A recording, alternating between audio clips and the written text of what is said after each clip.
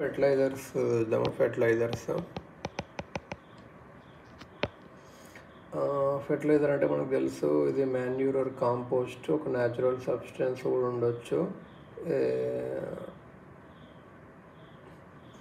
Decomposition of organic waste నుంచి వస్తుంది అన్నట్టు మాన్యూర్ అండ్ కాంపోస్ట్ అంటే. మరి ఫెర్టిలైజర్ అంటే ఏంది? ఫెర్టిలైజర్ అంటే ఆర్టిఫిషియల్గా కెమికల్గా ప్రిపేర్ చేస్తాము న్యూట్రియంట్స్ని బూస్ట్ చేయడానికి. బేసికల్గా ఫెర్టిలైజర్స్లో చాలా నైట్రోజన్, ఫాస్ఫరస్, పొటాష్, ఈ మూడు మెయిన్గా చూద్దాం. Nitrogen, phosphorus, potash. Nitrogen, urea. Nitrogen అంటే యూరియా. ఈ నైట్రోజన్లో ఏముంటుందంటే హ్యాబర్ ప్రాసెస్ అని ఒకటి ఉంటుంది. ఇక్కడ ఏంటంటే న్యాచురల్ గ్యాస్ మీథేన్ ఉంటుంది కదా, దాన్ని అమోనియాగా మారుస్తారు. ఫర్దర్గా ప్రాసెస్ చేసి యూరియా అంటే హ్యాబర్ ప్రాసెస్ ఇక్కడ ఇంపార్టెంట్. న్యాచురల్గా దొరికే మీథేన్ ఉంటుంది కదా, మీథేన్ని అమోనియాగా మారుస్తారు, అమోనియా. దీని తర్వాత యూరియాగా మారుస్తారు. యూరియా ప్రొడక్షన్కి న్యాచురల్ గ్యాస్ కావాలి, అంటే మీథేన్. న్యాచురల్ గ్యాస్ కావాలి. Ministry of chemicals and fertilisers స్టాట్యుటరీగా కొన్ని ఫిక్స్ చేసింది. Maximum retail price of urea using essential commodities act. Essential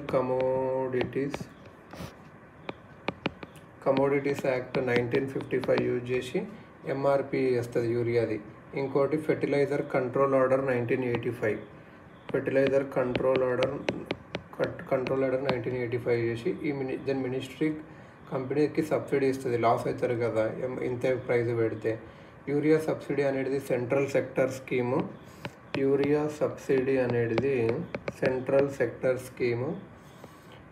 100% యూనియనే ఇస్తుంది, స్టేట్ గవర్నమెంట్ అవసరం లేదు ఇవ్వాల్సింది. ఫాస్ఫరస్ 80-85% డిమాండ్ ఇది ఇంపోర్ట్ ద్వారానే మెట్ అవుతుంది. ఫాస్ఫరస్ అనేది మొత్తం ఇంపోర్ట్ ద్వారానే. ISRO remote sensing technology use చేసి చూస్తుంది మన మైన్స్ ఉన్నవే, రాక్ ఫాస్ఫేట్ ఉందా అని చూస్తుంది ఇండియాలో. Potash for K, potash symbol K, phosphorus symbol P. Potash వచ్చేసి ఇది ఇండియా అయితే మొత్తం డిపెండ్ అవుతుంది. ఇది అట్లీస్ట్ ఫాస్ఫరస్ 80-85% ఇంపోర్ట్ మీద, పొటాష్ మాత్రం 100% ఫారిన్ నుంచే తెచ్చుకుంటున్నాం మనము. Import dependent for muriate of potash అని ఉంటుంది, MOP fertiliser. Muriate of potash ఇదైతే ఫారిన్ నుంచే మొత్తం. 33% వచ్చేసి రష్యా, బెలారస్ నుంచి వస్తుంది. 33% రష్యా, బెలారస్ నుంచి వస్తుంది. సో యూక్రెయిన్ వార్ వల్ల ఎఫెక్ట్ అయింది. గవర్నమెంట్ ఏం ఎంకరేజ్ చేస్తుంది అంటే పొటాష్ డెరైవ్డ్ ఫ్రమ్ మొలాసెస్ ఫెర్టిలైజర్ని ఎంకరేజ్ చేస్తుంది. పీడిఎం అంటే ఏంటంటే ఈ పొటాషే derived from molasses, MOLASSES. Molasses అనేది ఒక by product in sugar mills. ఇది షుగర్ మిల్స్లో బై ప్రొడక్ట్ ఉంటుంది. ఇది ఎంకరేజ్ చేయాలని చూస్తుంది, సో ఇంపోర్ట్ తగ్గించడానికి. ఐడియల్గా ఎన్పికే అనేది ఒక ఏ రేషియోలు ఉన్నది, 4:1 రేషియోలు ఉండాలి ఎన్పికే. కాకపోతే ఇండియాలో 8:3:1 ఉంది. ఎందుకంటే యూరియా చీప్ దొరుకుతుంది సబ్సిడైజ్డ్ వల్ల, దీనివల్ల ఎక్కువ వాడుతున్నారు అన్నట్టు. సో దీనివల్ల ఏమవుతుందంటే ground water pollution, soil pollution. Subsidised urea అనేది స్మగుల్ కూడా జరుగుతుంది అన్నట్టు చీప్ సబ్సిడీ వల్ల. నాన్ అగ్రో పర్పస్కి కెమికల్ ఇండస్ట్రీస్లో డైయింగ్ కానీ, ఇంక్స్ కానీ, కోటింగ్ కానీ, ప్లాస్టిక్స్, పెయింట్, సింథటిక్ మిల్క్ కూడా వస్తున్నాయి. సబ్సిడైడ్ యూరియా స్మగుల్ చేసి బంగ్లాదేశ్కి, నేపాల్కి కూడా పంపిస్తుండ్రు. దీనివల్ల యూజ్ స్మగ్లింగ్ పెరగడం వల్ల బర్డెన్ పెరిగింది, ఫిజికల్ డిపాజిట్ పెరుగుతుంది. గవర్నమెంట్ కొన్ని రిఫార్మ్స్ చేయాలనుకుంది. దానికే తెచ్చింది ఏంటంటే nutrient base subsidy, NBS. Nutrient base misuse చేసుకోవడం, న్యూట్రియంట్ బేస్ సబ్సిడీ. ఈ సెంట్రల్ సెక్టర్ స్కీమ్ 100% యూనియనే డబ్బులు ఇస్తుంది, స్టేట్ గవర్నమెంట్ ఇవ్వదు. ఇది ministry of chemicals and fertilizers ఉంటుంది కదా, అది కంపెనీకి సబ్సిడీ ఇస్తుంది based on weight of the different nutrients.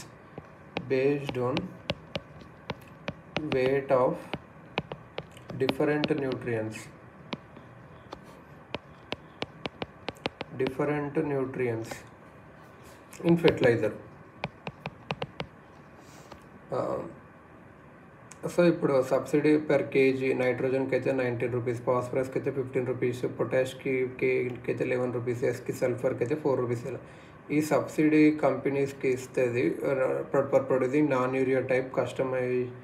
Above subsidy given to companies for producing non urea type customised or mixed fertiliser according to soil requirements each రీజియన్లో.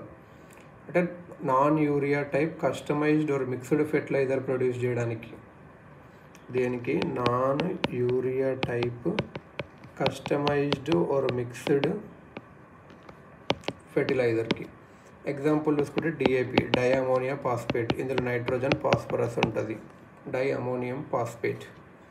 Urea అనేది స్కీమ్లో ఉండదు, urea subsidy సపరేట్గా pay చేస్తారు. So nutrient base subsidy కింద urea రాదు.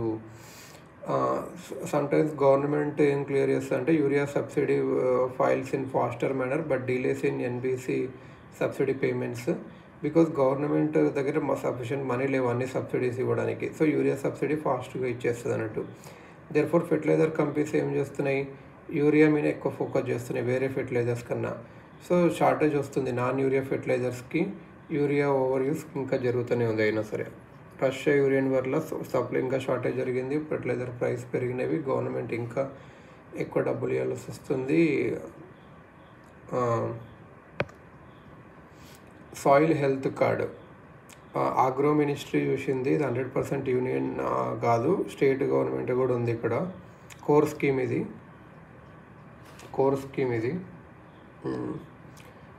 Macaroni మనం ఇంతకు చూసిన మ్యాక్రో న్యూట్రియంట్స్ ఏంటివి, ఎన్పీకే. మైక్రో ఏంటివి, zinc, iron, CU, MN, BO. Secondary nutrient అనేది సల్ఫర్.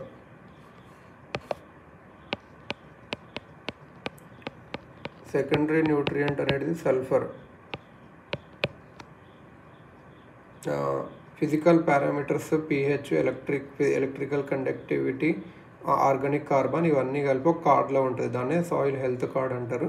ఇది 3 ఇయర్స్కి ఒకసారి అప్డేట్ చేస్తూ ఉంటారు. సో ఇందులో అన్ని డీటెయిల్స్ ఉంటాయండి, ఏవి పెంచాలి, ఎంత వాడాలి అట్లని.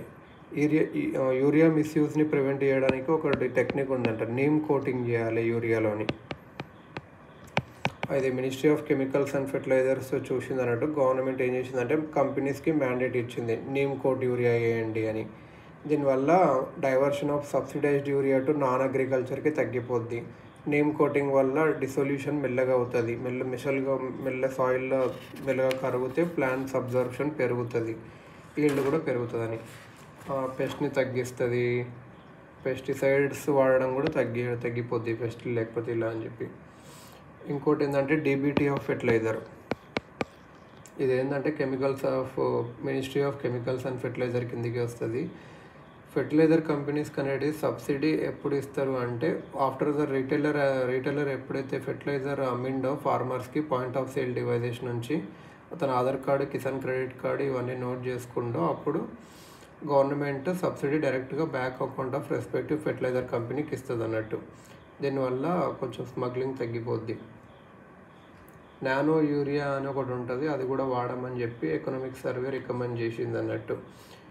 నార్మల్ యూరియా 90 కిలోగ్రామ్ అయితే నానో యూరియా 500 ml అవసరం పడుతుంది, కాస్ట్ కూడా తగ్గుతుంది.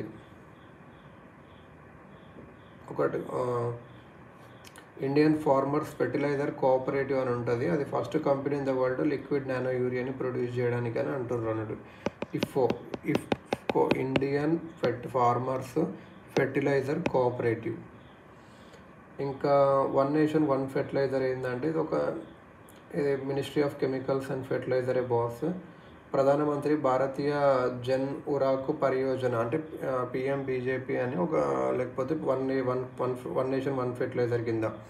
ఇది ప్రధానమంత్రి భారతీయ జన్ ఉర్వారక్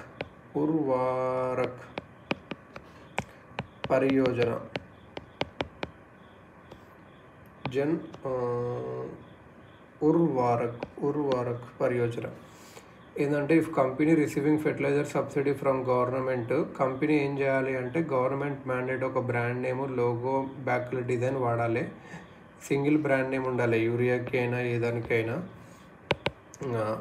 దాని అంటే భారత్ యూరియా అట్లా భారత్ అని వాడి దాని పక్క భారత్ యూరియా ఇంకా అట్లా కంపెనీ నేమ్ అట్లా భారత్ అట్లా పెట్టుకోవాలన్నట్టు. ప్రధానమంత్రి ఆ, భారతీయ జన్ ఉర్వారక్ పరియోజన అని కూడా ఆ లోగోని కూడా డిస్ప్లే చేయాలి. దీనివల్ల ఏమవుతుందంటే ఫెర్టిలైజర్ బ్యాగ్ని ఈజీగా స్పాట్ చేయొచ్చు, ఏదైనా స్మగ్లింగ్ దొరుకుతుంటే గవర్నమెంట్కి ప్రచారం కూడా జరుగుద్ది.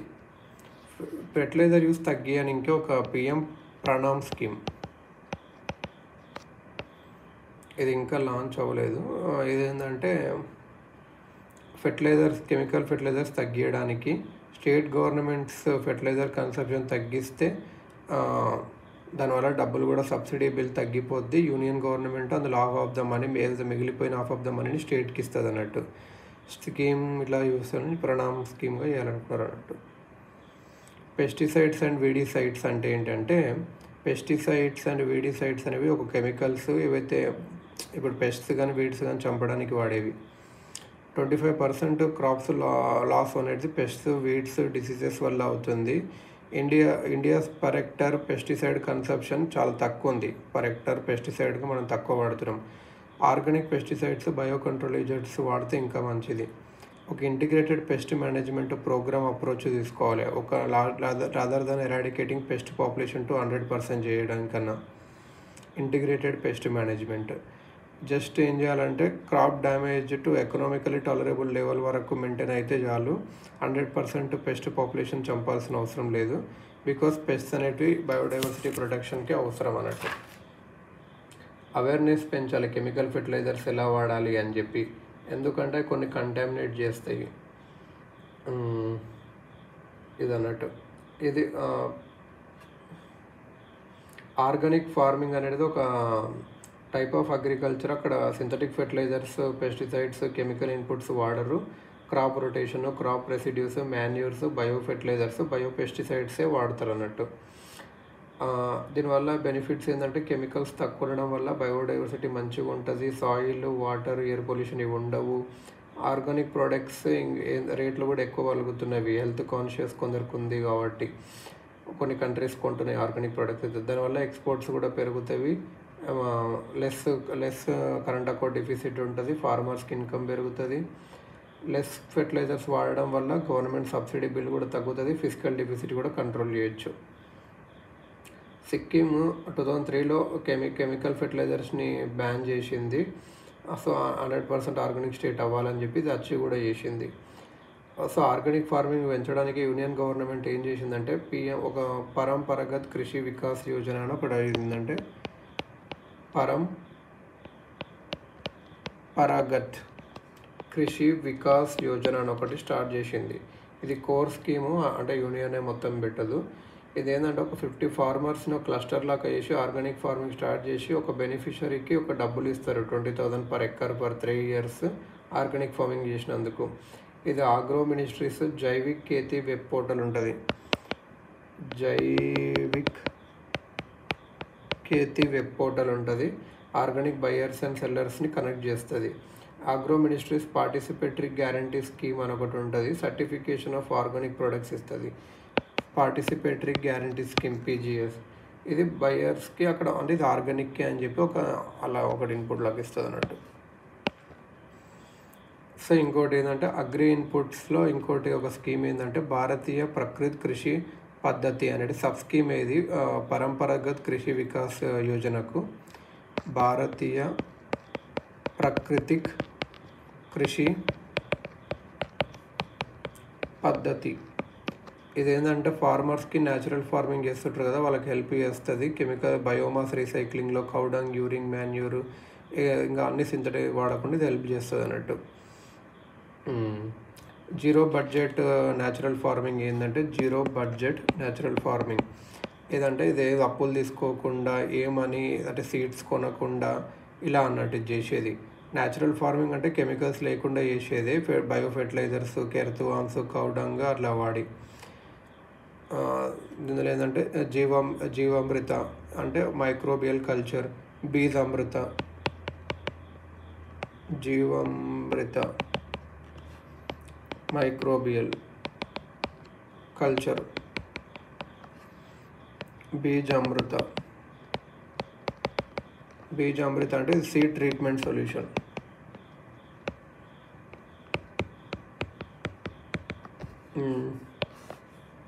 బీజామృత అంటే సీడ్ ట్రీట్మెంట్ సొల్యూషన్. జీవామృత అంటే microbial culture.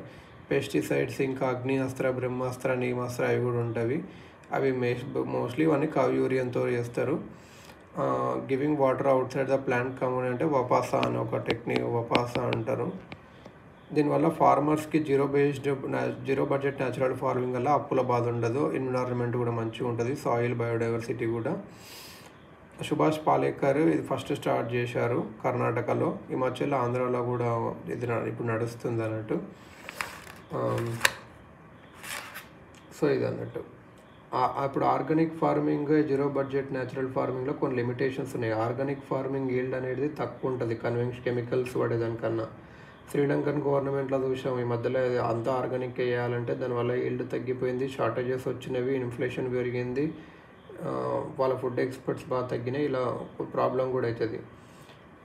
Difficult to produce off season crops using organic program. Entire India organic farming అయితే అప్పుడు ఫుడ్ షార్టేజ్ వస్తుంది, ఇన్ఫ్లేషన్ వస్తుంది. సో అదేనా.